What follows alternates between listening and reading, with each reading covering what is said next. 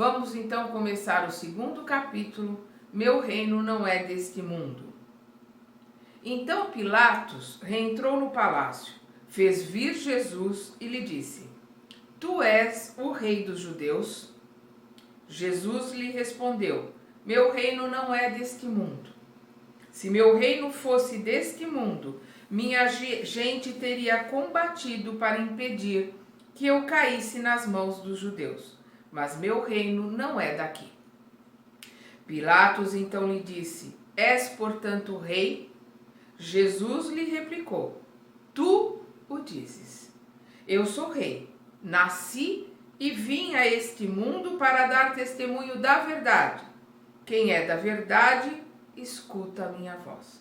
João capítulo 18, versículos 33, 36 e 37.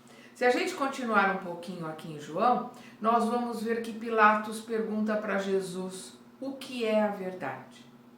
E Jesus não responde, porque Jesus vê ali que ele não está escutando, ele não está entendendo o que Jesus está colocando. Ele fica quieto, como ele se silenciou o tempo todo até o fim do seu martírio. E nós precisamos entender que Jesus veio dar testemunho da verdade, mostrar a verdade, que é o poder, a misericórdia, essa maravilha do amor de Deus, que Deus é amor, e veio nos mostrar o que é o amor, veio nos ser o exemplo de como nós devemos viver a vida, de como nós devemos nos portar, de como nós devemos vivenciar essa experiência na Terra, que é uma experiência de estudo, de aprendizado. A nossa verdadeira vida é espiritual. E é isto que é o mais importante nesta passagem, quando ele diz: meu reino não é deste mundo. Porque o reino de Jesus é espiritual. Nós não somos deste mundo. Nós somos espíritos que estamos num estágio bem breve, bem pequeno aqui de aprendizado. Nós também não somos deste mundo. Nós somos do mundo espiritual, onde Jesus é o Criador de tudo, né? De todo o planeta. É muito interessante, porque esta verdade que ele veio testemunhar, nós ainda não conseguimos compreender como Pilatos até hoje, infelizmente. Vamos ver aqui Kardec. Por estas palavras, Jesus designa claramente a vida futura, que apresenta em todas as circunstâncias como o fim a que se destina a humanidade e que deve ser objeto das principais preocupações do homem na Terra. Nossa principal preocupação deveria ser a nossa verdadeira vida, que é a vida espiritual. Nós somos espíritos, né? Usando aqui uma roupagem, um avatar para poder aprender aqui. Todas as suas máximas estão relacionadas a esse princípio. Sem a vida futura, com efeito, a maior parte dos seus preceitos de moral não teriam nenhuma razão de ser. Porque se não fosse a colocação da vida espiritual, se não fosse a colocação do amar ao próximo como a ti mesmo, se não fosse a colocação de dar a outra face, se tudo isso não fosse para que nós nos melhorássemos para a vida futura, não tem o menor sentido. Perdão. Porque a vida material aqui, além de ser dominada, infelizmente, pelos nossos irmãozinhos instigantes, haja vista que a grande maioria do povo, a grande maioria de nós, porque nós estamos aqui encarnados, com certeza, há muitos e muitos milênios, a maioria de nós gritou Barrabás, não gritou Jesus. Porque a maioria de nós vai na manada, vai na porta larga, por onde passa a manada, porque é mais fácil. Procurar a porta estreita dá trabalho, tem que remar contra a corrente, tem que se incomodar, tem que estudar, tem que se conhecer, tem que realmente procurar a verdade. porque a verdade nos libertará. Vamos lembrar Jesus. Por isso, os que não creem na vida futura imaginam que ele não fala senão da vida presente, não compreendendo esses preceitos, ou achando-os pueris. Portanto, esse dogma pode ser considerado como o pivô do ensinamento do Cristo. Por isso, é colocado como um dos primeiros, encabeçando esta obra, pois deve ser o alvo de todos os homens. Só ele pode justificar os absurdos da vida terrestre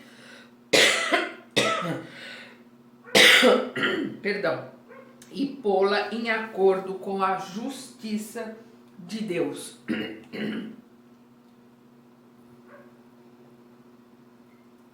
Vamos entender, nós somos co-criadores. Nós somos deuses, como Jesus colocou. Perdão. Deus não criou o mal, Deus nos criou, nos deu o livre-arbítrio para que nós pudéssemos buscá-lo com a nossa vontade. E nós somos deuses, podemos fazer o que Jesus fez, que o Cristo fez, e ainda mais. E como deuses, nós criamos o tempo inteiro, nós co-criamos o tempo inteiro. E nós temos que conviver e viver com as nossas criações, porque elas são nossa responsabilidade. Deus não tem nada a ver com o que está aí. Deus não criou o mal, quem criou o mal fomos nós. Nós o criamos e nós é que temos que embalá-lo. Nós é que temos que educá-lo, doutriná-lo, modificá-lo, porque ele é nossa responsabilidade. Da mesma forma que Jesus o tempo todo nos ensina a nos conhecermos e a buscarmos a verdade. Porque Deus, nosso Pai, nos ama, é misericordioso, paciencioso, mas a justiça de Deus é implacável. A ação e reação está muito acima do nosso livre-arbítrio, nós nunca escaparemos. Por isso que a gente precisa entender a máxima, quando se diz que a semeadura é livre. Nós vamos semear se nós quisermos, mas a colheita é obrigatória. E ninguém vai colher o que não plantou. Portanto, esse dogma pode ser considerado o pivô do ensinamento do Cristo. Por isso é colocado como um dos primeiros encabeçando esta obra, pois deve ser o alvo de todos os homens. Só ele pode justificar os absurdos da vida terrestre e pô-la em acordo com a justiça de Deus. Os judeus tinham ideias muito incertas sobre a vida futura. Acreditavam em anjos que consideravam seres privilegiados da criação, mas não sabiam que os homens poderiam tornar-se anjos e partilhar sua felicidade. Para eles, a observação das leis de Deus era recompensa com os bens terrenos. Era recompensada com os bens terrenos, a supremacia de sua nação, as vitórias sobre seus inimigos. As calamidades públicas e as derrotas eram o castigo por sua desobediência. A um povo pastor ignorante que devia comover-se sobretudo com coisas deste mundo, Moisés não podia dizer mais do que disse. Mais tarde, Jesus viria revelar que existe um outro mundo onde a justiça de Deus segue seu curso. É esse mundo que ele promete àqueles que observam os mandamentos de Deus e onde os bons encontrarão sua recompensa. Esse mundo é seu reino. Lá ele está em toda a sua glória e é para onde retornará, deixando a terra. E é para onde nós iremos quando deixarmos a terra. Mas encontraremos na nossa verdadeira vida aquilo que nós criamos o tempo todo com o nosso pensamento. E aquilo que nós fizemos conosco com as nossas escolhas.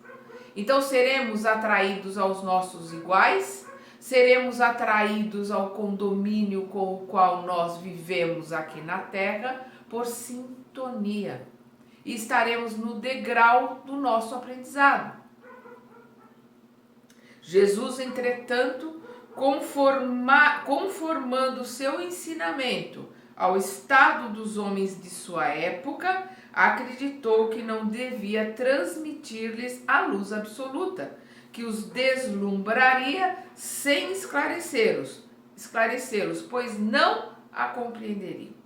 Limitou-se de algum modo a propor a vida futura como um princípio, uma lei da natureza da qual ninguém pode escapar.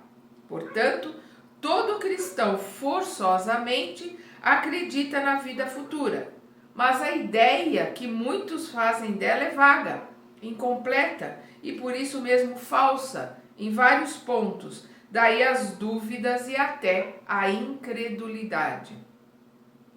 O Espiritismo veio completar nesse ponto, como em muitos outros, o ensinamento do Cristo, quando os homens estavam mais maduros para compreender a verdade. Com o Espiritismo, a vida futura não é mais um simples artigo de fé, uma hipótese. É uma realidade material demonstrada pelos fatos, pois são as testemunhas oculares que vêm descrevê-la em todas as suas fases e em todas as suas peripécias. De tal sorte que não somente a dúvida não é mais possível, mas também a inteligência mais vulgar pode representá-la sob seu verdadeiro aspecto, como se representa um país de que se leu uma descrição detalhada.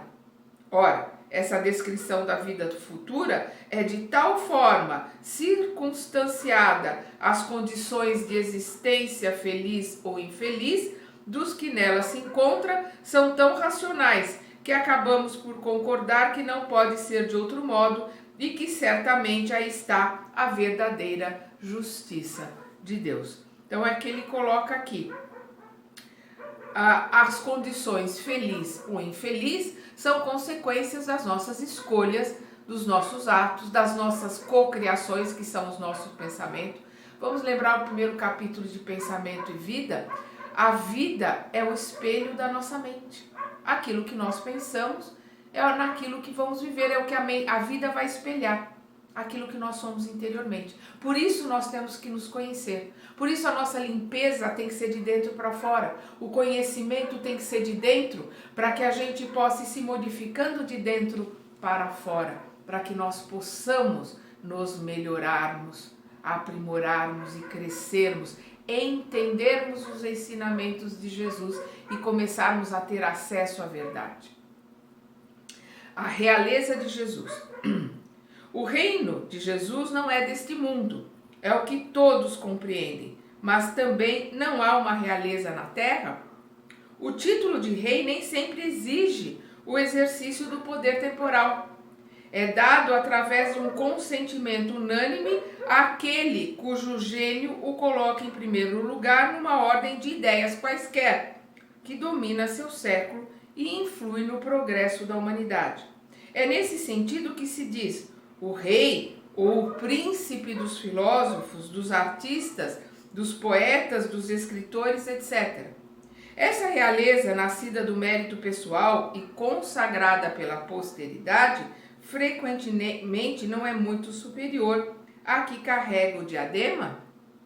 É uma realeza imperecível, enquanto a outra é o jogo das vicissitudes. Sempre é abençoada pelas gerações futuras, enquanto a outra muitas vezes é amaldiçoada. Então a realeza do mérito, o rei dos filósofos, o rei da música, o rei dos cientistas, ele vai ser sempre reconhecido, as grandes mentes, os grandes pensadores, sempre serão reconhecidos através da história. Os reis propriamente ditos como o diadema, a sua história é que dirá quem eles eram. E a gente vê uma coisa interessante, porque Jesus em nenhum momento contesta o poder romano, porque ele entende que ali, naquela hora, o poder romano é que deu condições para que ele pudesse vir, para que ele pudesse pegar ali uma hora de pacificação e poder conversar com o único povo que era monoteísta, que era o único povo que acreditava no Deus único, que era o povo hebreu. Então, os romanos, com todos os seus defeitos, para aquela época e naquele lugar, estavam fazendo o que era melhor, o que era possível. para a época, como Moisés fez o que era possível para a época, dando o seu melhor. Então, a gente olhando a história hoje de Moisés, a gente critica uma série de coisas, mas para a época era o que era possível. E nós não podemos esquecer que Jesus é o Espírito mais puro que já encarnou na terra. E ele mostrou que ele era filho do homem.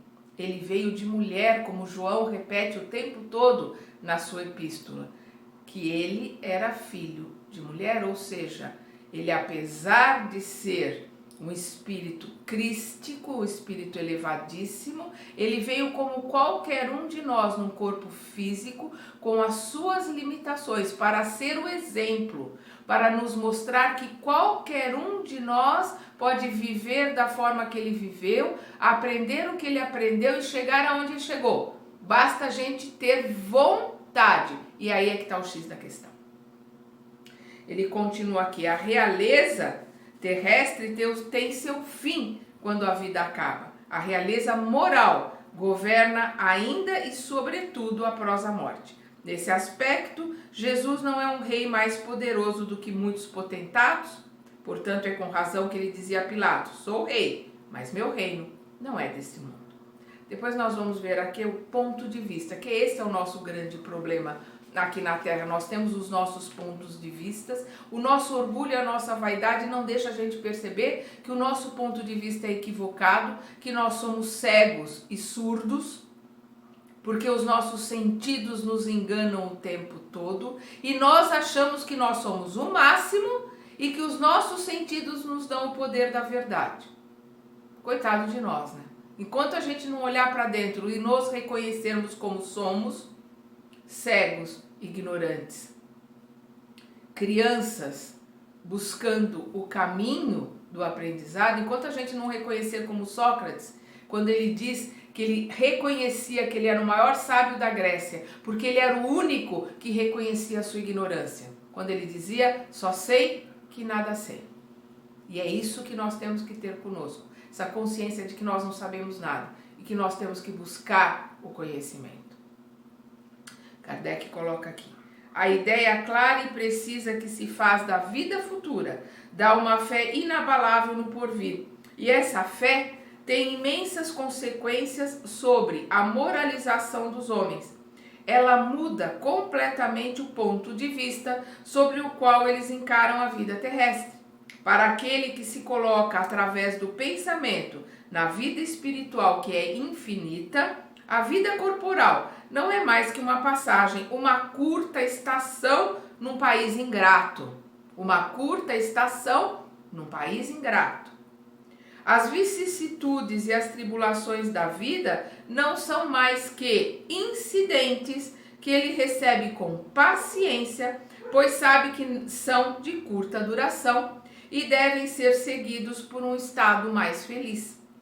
A morte não é mais algo assustador, não é mais a porta do nada, mas a da libertação que abre ao exilado a entrada de uma morada de felicidade e paz. Nós temos que olhar para o desencarne, para a morte, como ela verdadeiramente é, o abrir de portas da prisão, a liberdade para voltarmos para casa, sabendo que está num lugar temporário e não definitivo, encara as preocupações da vida com mais indiferença, e disso resulta-lhe uma calma de espírito que abranda a amargura daquela, a amargura daquela vida que ele está levando, a paz de espírito de saber que nós não somos deste mundo e que a nossa verdadeira vida não é aqui. A nossa verdadeira vida é no mundo espiritual, porque somos espíritos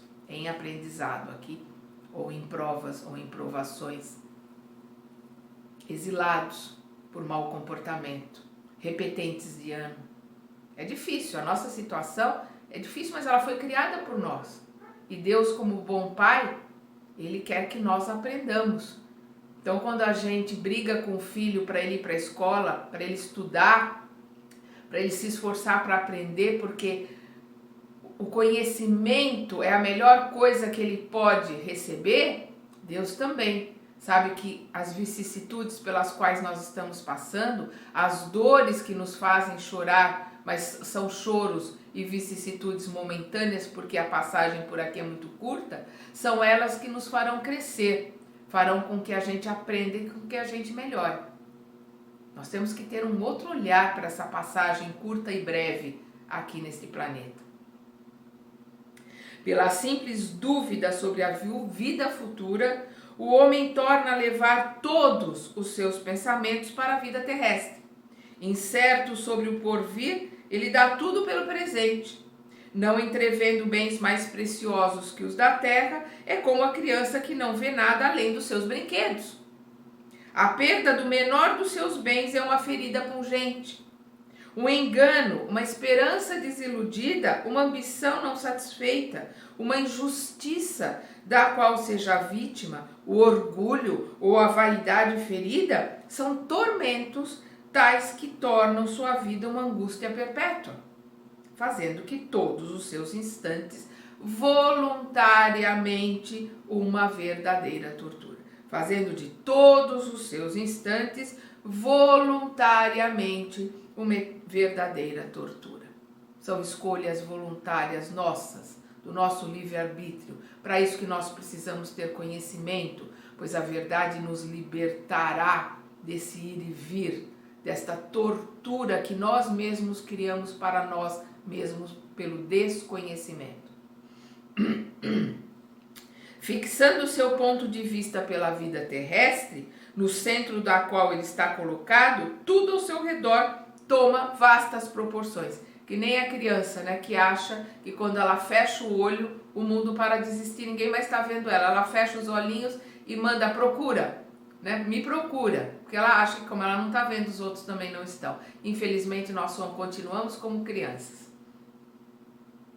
O mal que o atinge como o bem que compete aos outros, tudo adquire aos seus olhos uma grande importância. Assim também ocorre a quem está no interior de uma cidade. Tudo lhe parece grande. Os homens que estão em altas escadas ou monumentos, mas subindo numa montanha, homens e coisas vão lhe parecer muito pequenos. É a diferença, né? Aquele que está ali no turbilhão, que olha para a montanha e olha para as estátuas como grandiosas. Mas se ele subir a montanha, se ele adquirir um pouco de conhecimento, se ele se elevar vibracionalmente, isso que quer dizer subir a montanha, ele vai olhar de cima e vai ver que tudo é muito pequeno. Não vale a pena se desgastar com coisas tão pequenas. Assim ocorre com quem encara a vida terrestre do ponto de vista da vida futura. A humanidade, como as estrelas do firmamento, perde-se na imensidão. Ele não percebe que grandes e pequenos se confundem, como formigas sobre um monte de terra. Que proletários e patrões são da mesma estatura, e lamenta esses efêmeros que se ocupam tanto em conquistar aqui um posto que os eleva tão pouco e que guardam por tão pouco tempo. É assim que a importância atribuída aos bens terrenos está sempre em razão inversa à fé na vida futura. Não precisa nem explicação, né? Se todos pensassem desse modo, dir-se-ão, ninguém mais se ocupando das coisas da terra, tudo nela estaria em perigo. Não. O homem busca instintivamente seu bem-estar, e mesmo com a certeza de só estar um pouco tempo no lugar, ainda assim quer passar da melhor maneira, ou menos ruim possível. Ninguém, encontrando um espinho sob sua mão, não o retira para não se picar. A gente vai sempre procurar melhorar o lugar que a gente está. A questão é aprender a compartilhar. A questão é aprender a ser fraterno. A questão é ter empatia, olhar para o outro e se colocar verdadeiramente no lugar dele, entendendo que ele é igualzinho a nós.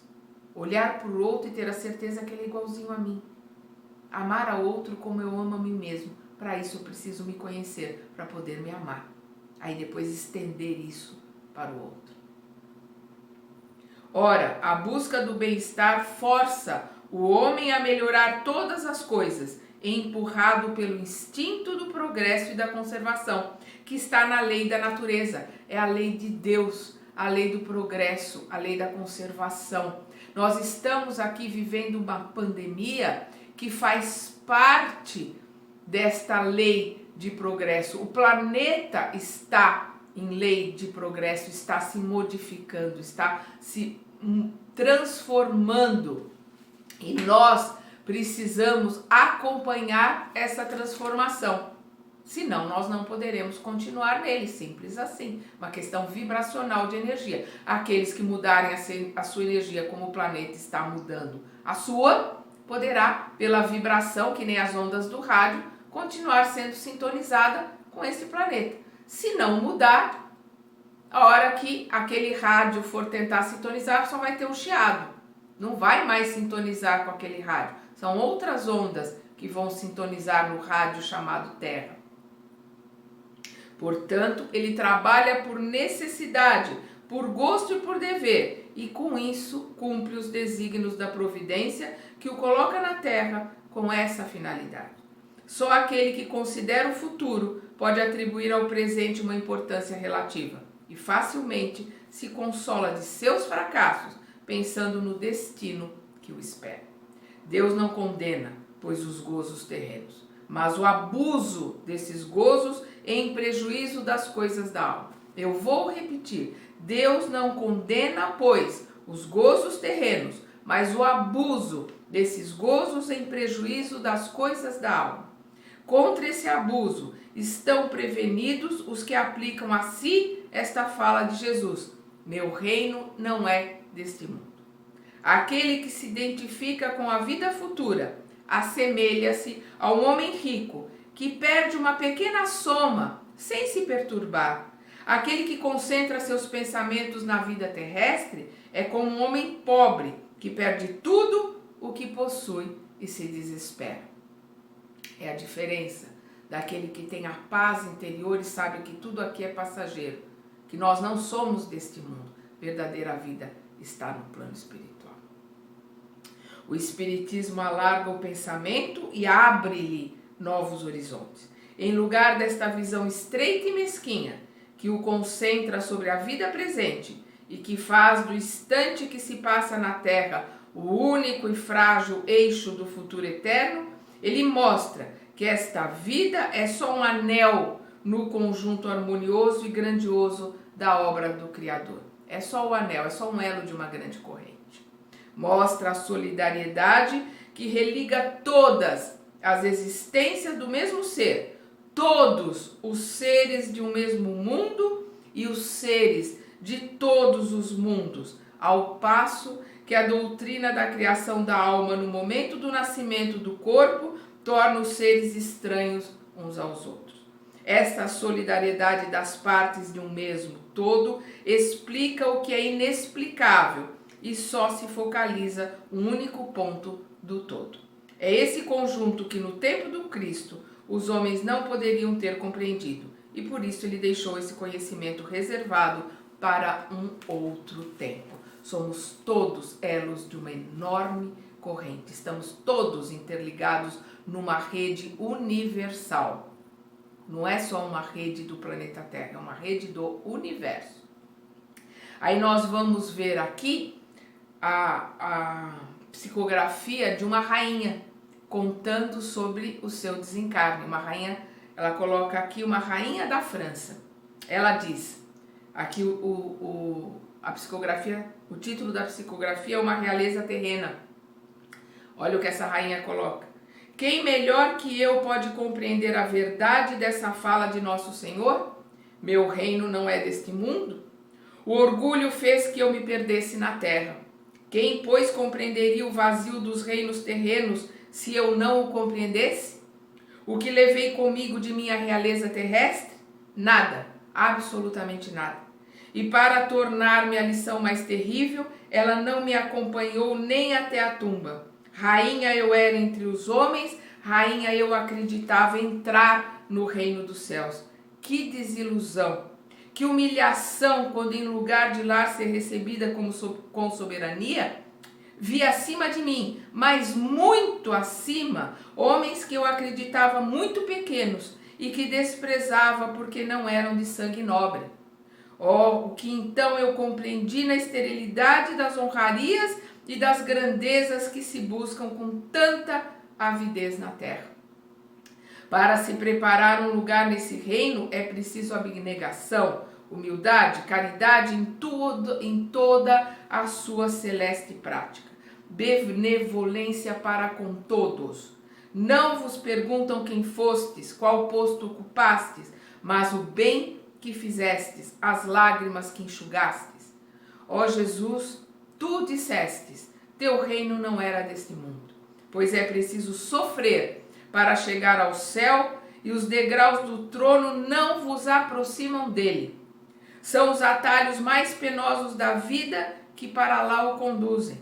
Portanto, procurai a estrada do céu entre os abrolhos e os espinhos, e não entre as flores. Os homens correm atrás dos bens terrenos como se pudessem guardá-los para sempre, mas ilusão. Logo percebem que se agarraram a uma sombra e negligenciaram os únicos bens sólidos e duráveis, os únicos que lhes têm proveito na celeste morada, os únicos que lhe podem abrir-lhes o acesso dela. Tende piedade daqueles que não ganharam o reino dos céus. Ajudai-os com vossas preces, pois a prece reconcilia o homem com o Altíssimo. É o traço de união entre o céu e a terra. Não os esqueçais. Uma rainha de França, Havre, 1863. Não nos esqueçamos que os verdadeiros tesouros que possamos conquistar aqui na terra é aqueles que nós podemos levar conosco. Conhecimento, sabedoria, amor, gratidão, fraternidade, empatia, tolerância, benevolência. Esses tesouros nós guardamos, amealhamos conosco e levamos. O que nós conseguimos nos modificar e melhorarmos aqui na terra, nós levamos conosco para o reino de Jesus, que é o verdadeiro reino. Quando ele diz o meu reino não é deste mundo, nós precisamos entender que tudo que está nesse mundo não é verdadeiro. Os nossos sentidos nos enganam. Tudo faz parte de uma ilusão criada por nós, com o nosso pensamento, porque nós somos deuses, somos co-criadores. Criamos e pela nossa ignorância achamos que tudo que está à nossa volta é verdadeiro. Enquanto que o que é verdadeiro é aquilo que vem de Deus, é aquilo que está dentro de nós e é aquilo que está na verdadeira vida, que é no mundo espiritual. Nós temos que nos prepararmos para voltarmos ao verdadeiro reino, que é o reino de Jesus, que é o reino dos céus, é o reino da vida espiritual. E aí nós temos que fazer um balanço. O que eu vou levar? Porque a coisa mais certa que nós temos aqui nesse planeta é o desencarno. Se eu desencarnar hoje, eu tenho que parar e pensar, o que eu estou levando comigo? O que eu estou fazendo para a eternidade, porque eu sou imortal?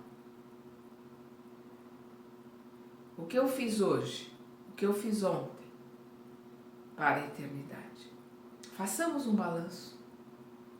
Vamos tentar subir a montanha e olhar de cima todas as coisas que estão acontecendo e aproveitar este momento de agora, que nós estamos em maio de 2020, no meio da quarentena.